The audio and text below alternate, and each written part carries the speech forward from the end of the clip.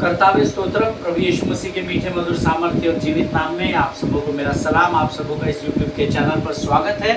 विश्वास करता हूँ कल जो अध्ययन हमने किया उसके द्वारा परमेश्वर से आपने जरूर आशीष पाई है और परमेश्वर ने आपसे जरूर बातचीत की है। हालेलुया। मैं प्रभु का धन्यवाद देता हूँ कल के वचनों के लिए। कुछ लोगों ने मुझे फ़ोन करके बोला कि आप बहुत स्ट्रेट बात करते हैं।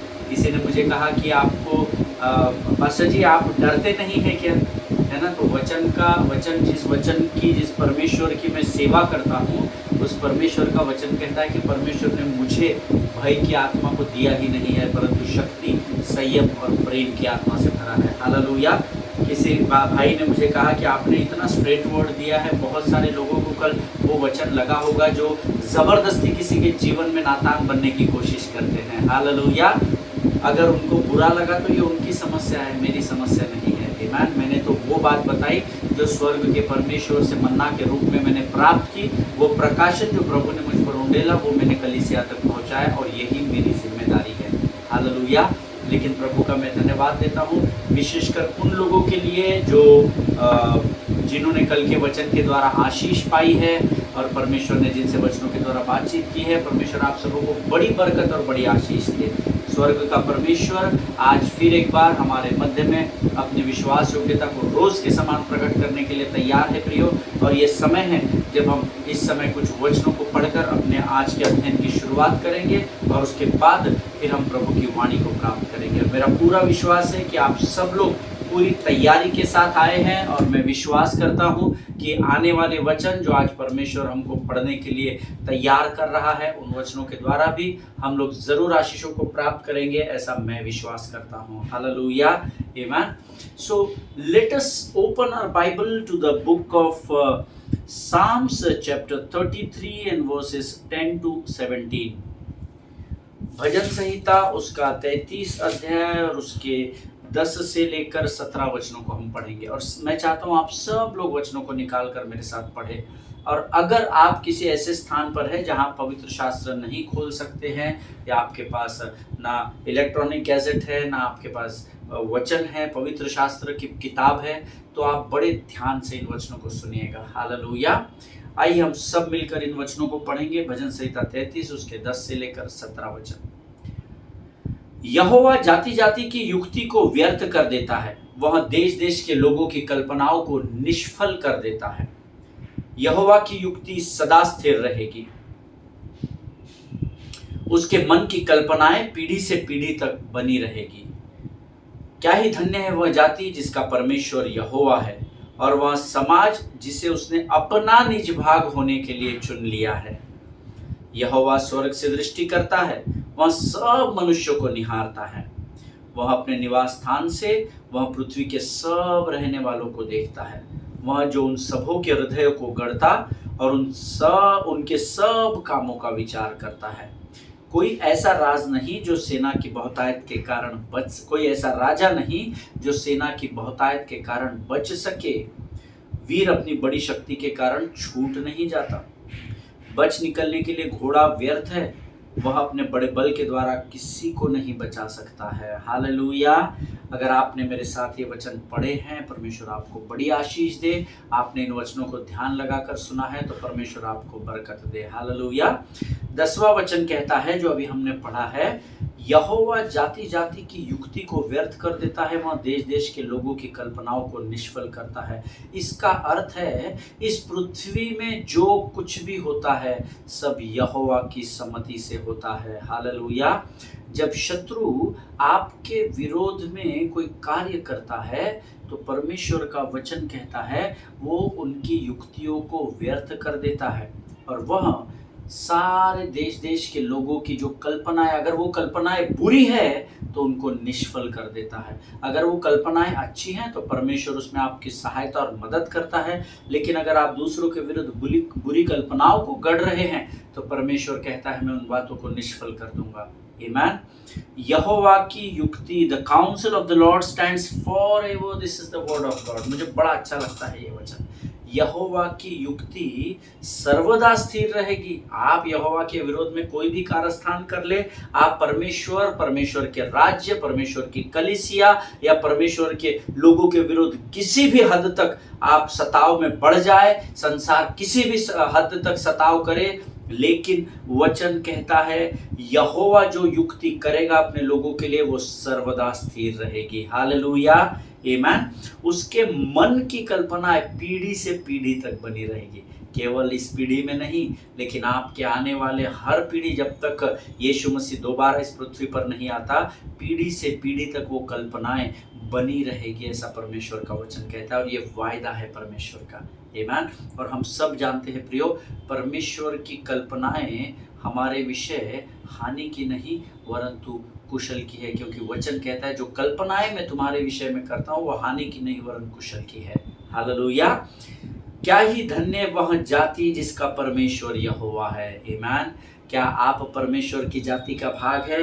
क्या आप यीशु मसीह को अपना उद्धारकर्ता मानते हैं? क्या आप यहोवा परमेश्वर पिता पुत्र पवित्र आत्मा को अपना परमेश्वर मानते हैं? अगर हाँ आपका उत्तर है तो परमेश्वर आपको यहाँ धन्य लोग कहता है। धन्य है वह जाति जिसका परमेश्वर यहोवा है, और वह समाज जिसे उसने अपना निज भाग होने के लिए चुन लिया हो, अर्थात आप और मैं, हमको प्रभु कहता है धन्य है वह समाज जिसको परमेश्वर ने अपना निज भाग होने के लिए चुन लिया हो।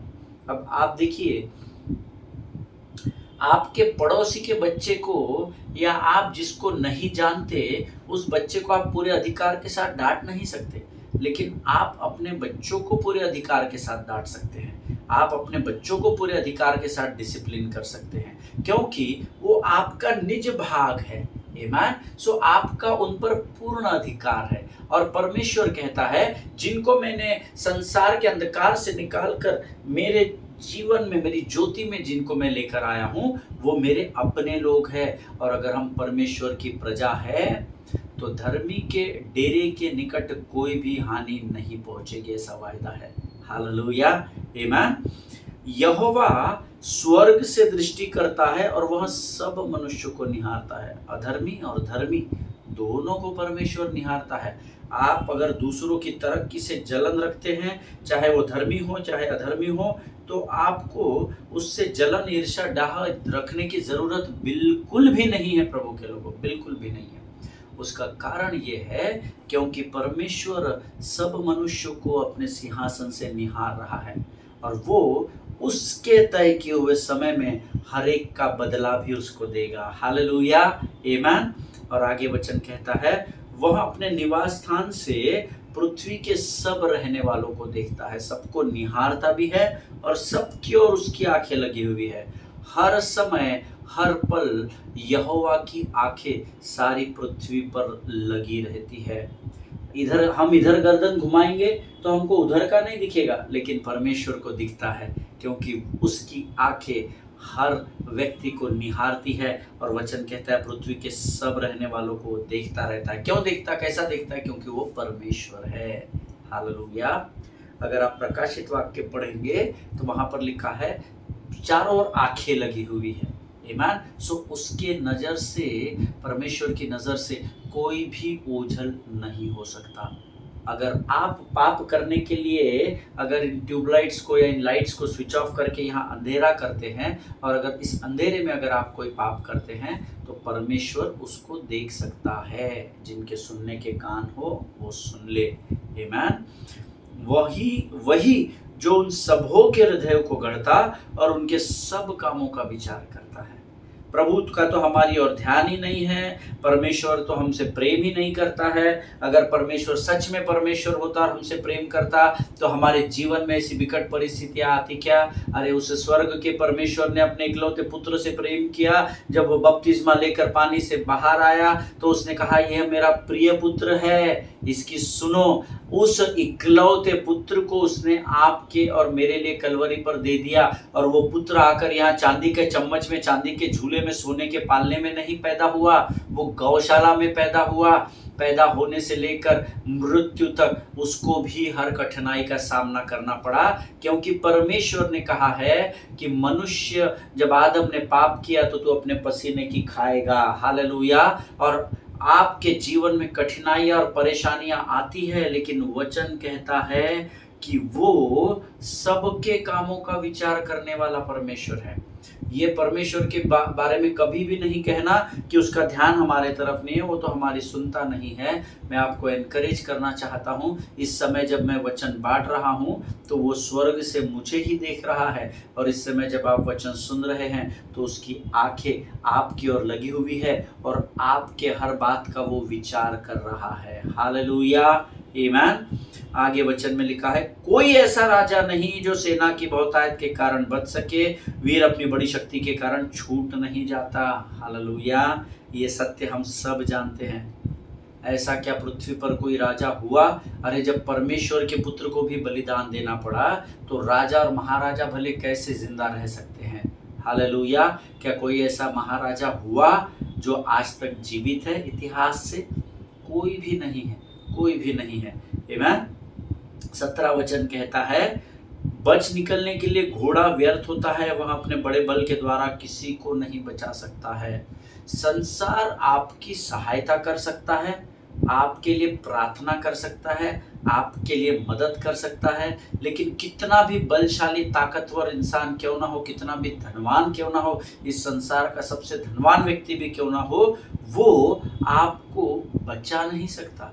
परमेश्वर ने जिस प्रकार से मेरे और आपके जीवन को डिजाइन किया है, जिस प्रकार से रचा है, उसमें से होकर हम सबों को गुजरना है।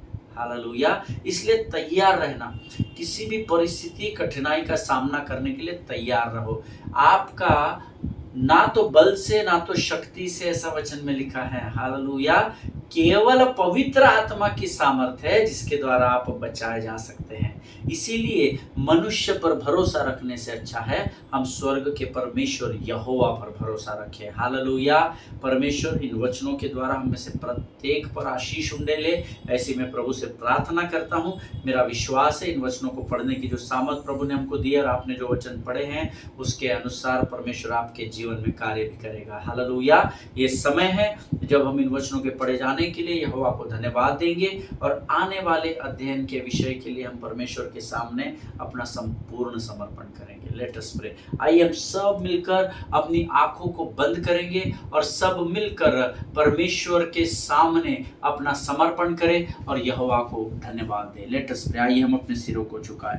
खुदावंद प्रभु यीशु मसीह के मीठे, मधुर और जीवित नाम के लिए हम तेरा धन्यवाद देते हैं। प्रभु जी, धन्यवाद देते हैं परमेश्वर पिता इस सुंदर और पवित्र समय के लिए, जो समय तूने हमारे जीवन में दिया, हमें ताकत दी, हमें बल दिया परमेश्वर पिता, ताकि प्रभु जी इस वचन को हम पढ़ सके और प्रभु जी इस वचन के द्वारा तू हमें आशीष दे सके।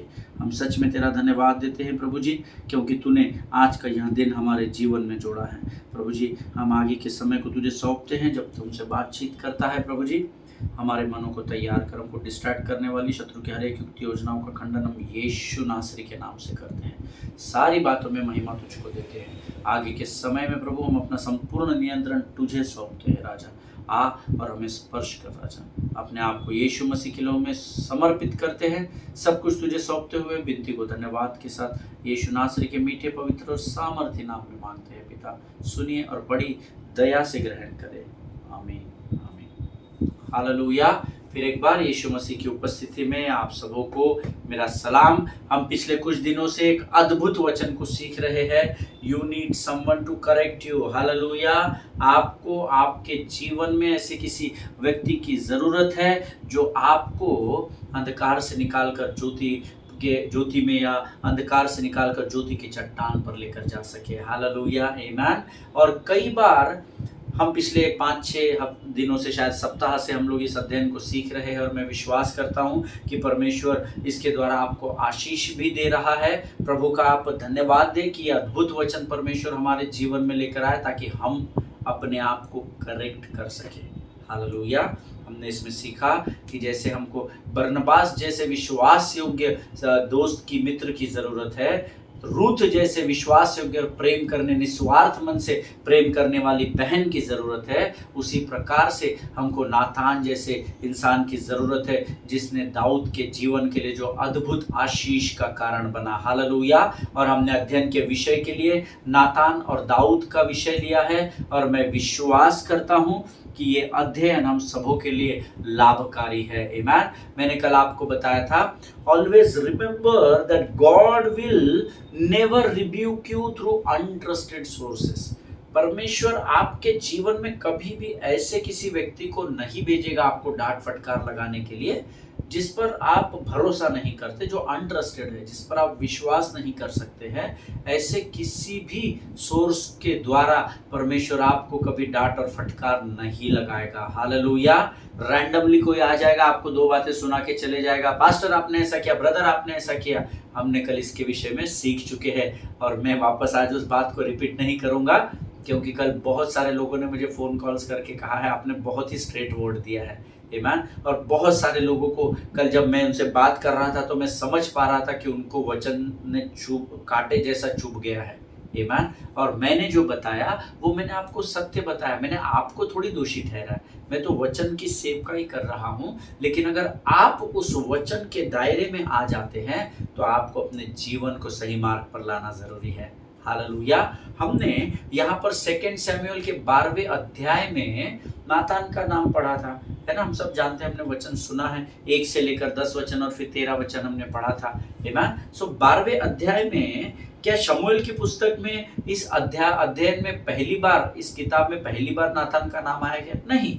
हमने यहाँ पर अध्ययन के विषय में नातान का नाम सुना, लेकिन हमने नातान का नाम पहली बार नहीं सुना। लेकिन अगर सच में आप जानना चाहते हैं कि नातान कौन है, तो आपको 2 शमूएल चैप्टर 7 दूसरा शमूएल उसके 7वें अध्याय को पढ़ना होगा। बड़ी गंभीरता से पढ़ना। जब आप मनन और अध्ययन करेंगे, मैं आपसे वायदा करता हूँ परमेश्वर आपसे जरूर बातचीत करेगा। हालेलुया। देखिए, अगर आप 7वां अध्याय पढ़ेंगे, वहां नातान के बारे में लिखा हुआ है, और अगर आप इसको पढ़ते हैं तो यहाँ दाऊद एक, इस अध्ययन में आपको पता चलेगा कि 7वें चैप्टर में कि दाऊद एक बहुत ही प्रभावशाली राजा है जिसने कई युद्ध जीते हैं। और अब and now here in chapter 7 दाऊद अपने राजमहल में, राजभवन में सिंहासन पर विराजमान है, अपने थ्रोन रूम में बैठा हुआ है। And David now here is dreaming about his legacy.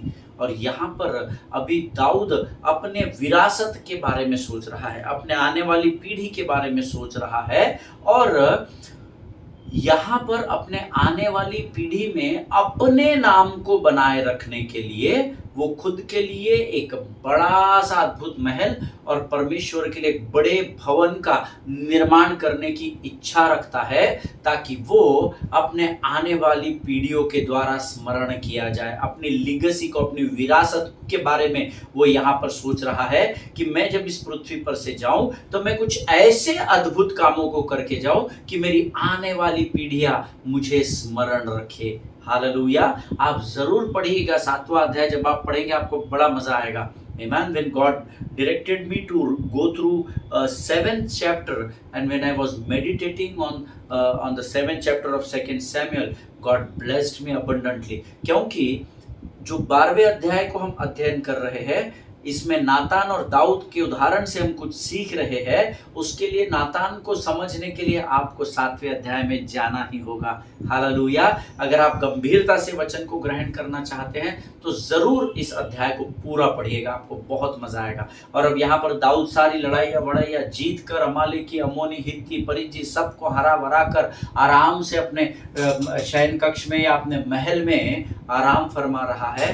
And now here David is dreaming. दाऊद स्वप्न देख रहा है कि मैं परमेश्वर के लिए एक भवन का निर्माण करूं, ऐसा भवन जो कभी किसी ने देखा नहीं और किसी ने बनाया नहीं, और मैं अपने लिए ऐसे महल का प्रयोजन करूं, या ऐसा ऊंचा और बड़ा महल बनाऊं कि लोग इसको देखे तो आंखें फटी की फटी रह जाए। हालेलुया। आमेन। और इन बातों को बनाने के द्वारा मैं अपनी आने वाली पीढ़ी के लिए एक विरासत या लीगेसी छोड़कर जाऊं, ताकि जब मेरी आने वाली पीढ़ियां इन महलों को और प्रभु के इस महल को और प्रभु के मंदिर को देखे, भवन को देखे, तो वो मुझे स्मरण करने पाए। इन बातों को दाऊद यहाँ सोच रहा है और इस बात का जिक्र दाऊद अपने काउंसिल या आप कह सकते हैं अपनी कोर कमिटी से करता है। वो अपने विजन को, अपने दर्शन या अपने ड्रीम को वो अपने काउंसिल के साथ शेयर करता है। होता है ना, एक भाई को दर्शन प्राप्त होता है और फिर वो अपने विश्वास योग्य कुछ लोगों को इकट्ठा करता है, जैसे हम लोग सभाएं करते हैं बड़ी बड़ी, और जब क्रूसेड्स और कन्वेंशंस होते हैं तो दर्शन एक आदमी का होता है। फिर वो विश्वास योग्य लोगों को पहले बुलाता है कॉफी शॉप में, ऑफिस में, जहाँ कहीं भी, वहाँ पर डिस्कशन होता है और फिर सजेशन लिए जाते हैं और आदर विचारों का आदान प्रदान होता है। लेकिन राजा के समय में ऐसा नहीं था। राजा ने जो बोल दिया वही होता था, हमने सीखा इसी अध्ययन में। तो अब यहाँ दाऊद ने इस स्वप्न को देखा, एक बड़ा भवन निर्माण करता हूँ, अपने लिए एक बड़ा महल निर्माण करता हूँ, ताकि मेरी आने वाली पीढ़ियां इस बात से मुझे स्मरण रख सके। और वो अपने स्वप्न या अपने इस दर्शन को अपनी टीम के साथ, कोर कमिटी के साथ यहाँ पर वो डिस्कस करता है। और नातान जो एक भविष्य वक्ता है, उसी कोर कमिटी का और उसी काउंसिल का एक हिस्सा है। हालेलुया। नातान एक भविष्यवक्ता है जो उस कोर कमिटी का, वो गिने चुने लोग जिन पर दाऊद विश्वास करता है और दाऊद के विश्वास योग्य लोग हैं, उस टीम से जब दाऊद डिस्कस कर रहा होता है, उस टीम में एक सदस्य नातान भी होता है जो एक नबी या भविष्यवक्ता है। हालेलुया। और फिर वचन बताता है कि वो दाऊद नातान से वार्तालाप करता है, वो अपने अपने हृदय और मन की बातों को नातान नबी से शेयर करता है, उससे बांटता है और उसको अपने हृदय की बात बताता है।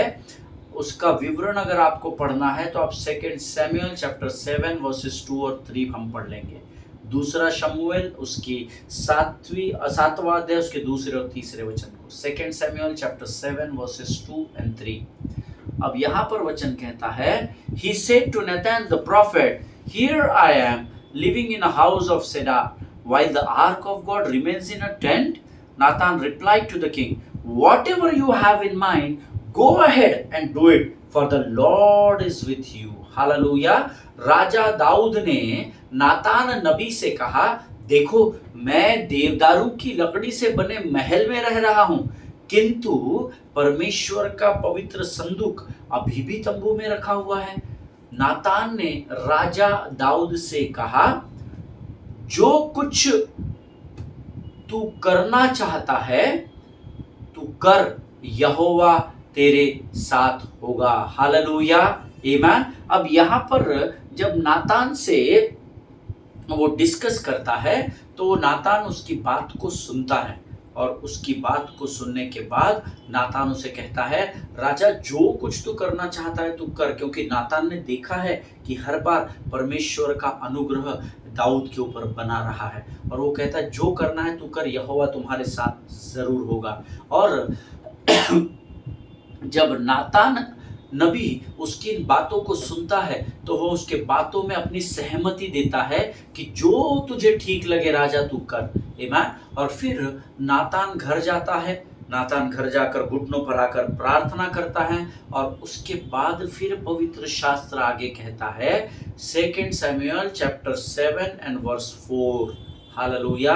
दूसरा शमूएल 7वां अध्याय 4था वचन कहता है, किंतु उसी रात नातान को यहोवा का संदेश मिला। हालेलुया।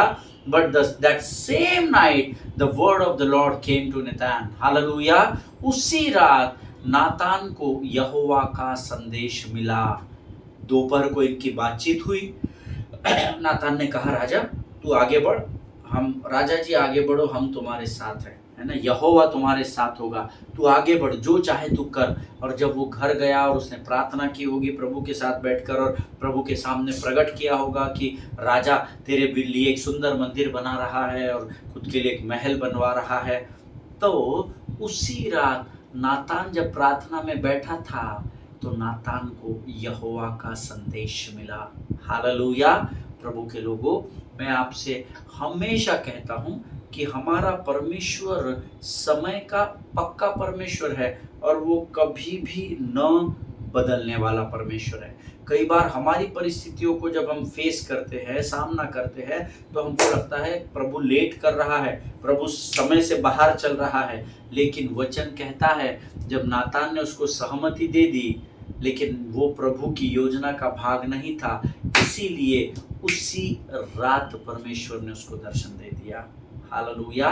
या परमेश्वर संदेश को लेकर उस तक आ गया और फिर परमेश्वर नातान से कहता है कि दाऊद खुद के लिए तो महल बनवा सकता है, आई डोंट माइंड इट, लेकिन वो मेरे लिए भवन को नहीं बना सकता, लेकिन उससे एक पुत्र उत्पन्न होगा और वो मेरे लिए भवन का निर्माण करेगा and his legacy will be through his son but not through David. Hallelujah. Amen. जब दाऊद नातान प्रार्थना करता है तो परमेश्वर का संदेश उस तक पहुंचाया जाता है कि देख भाई, तू जाकर राजा दाऊद को ये बता कि खुद के लिए वो महल बनवा सकता है, मुझे कोई समस्या नहीं है, मेरा अनुग्रह उसके साथ है, लेकिन वो मेरे लिए मंदिर का निर्माण नहीं करेगा, लेकिन उससे एक पुत्र उत्पन्न होगा और वही उस निर्माण का भवन का निर्माण करेगा और उसका पुत्र उस भवन की निर्माण करने की परंपराओं को मेरे लिए बढ़ाएगा। दाऊद उस परंपरा को, उस लिगेसी को नहीं बढ़ाएगा। हालेलुया। इसीलिए आज जब मैं और आप इतने वर्षों बाद उस पीढ़ी से आते हैं तो हम ये नहीं कहते कि ये दाऊद का बनाया हुआ मंदिर है, हम कहते हैं ये सुलेमान का बनाया हुआ परमेश्वर के लिए मंदिर है। हालेलुया। हम कहते हैं कि ये जो यहोवा का मंदिर बना हुआ है ये सुलेमान राजा ने बनाया है और फिर हम कहते हैं सुलेमान दाऊद का पुत्र है। आमीन। सो परमेश्वर ये बात नातान को उस प्रार्थना के समय में बताता है, उस नातान को जिस पर राजा विश्वास करता है, भरोसा करता है। हालेलुया। आमीन। मैंने आपसे कहा कोई भी उन दिनों राजा को यूं ही जाके अपॉइंटमेंट, बिना अपॉइंटमेंट के नहीं मिलता था, कोई भी राजा के भवन में ऐसे ही नहीं एंट्री कर सकता था, लेकिन गिने चुने लोग थे जिनको ये सम्मति दी गई थी या जिनके पास ये एक्सेस था कि वो राजा से सीधे बात कर सके, और नातान भविष्यवक्ता उनमें से एक था। इसका अर्थ है कि नातान पर परमेश्वर का सेवक दाऊद भरोसा करता था, विश्वास करता था। हालेलुया। और इसीलिए उसने अपनी बातों को नातान के साथ शेयर किया। नातान ने भी बोला यस राजा, तू आगे बढ़, मैं तेरे साथ हूँ और यहोवा भी तेरे साथ होगा। लेकिन जब नातान उससे बात करके आगे की ओर बढ़ा, जब घर गया, प्रार्थना किया, यहोवा का संदेश नातान को मिला और नातान से उसने ये बात कह दी कि दाऊद अपना घर तो बना ले, कोई वादा नहीं, लेकिन मेरे लिए वो भवन का निर्माण नहीं करेगा, उसका एक पुत्र जन्म लेगा और उसके द्वारा ही मेरे भवन का निर्माण होगा और वही लीगेसी को लेकर, दाऊद की लीगेसी को लेकर आगे जाएगा। हालेलुया। आमीन। अगर आपको इस अध्ययन को, वचन को पढ़ना है तो आप रेफरेंस में लिख लीजिए 2 शमूएल चैप्टर 7 वर्स 13 में ये बात लिखी हुई है। 2 शमूएल 7वां अध्याय उसके 13 वचन में यह बात लिखी है।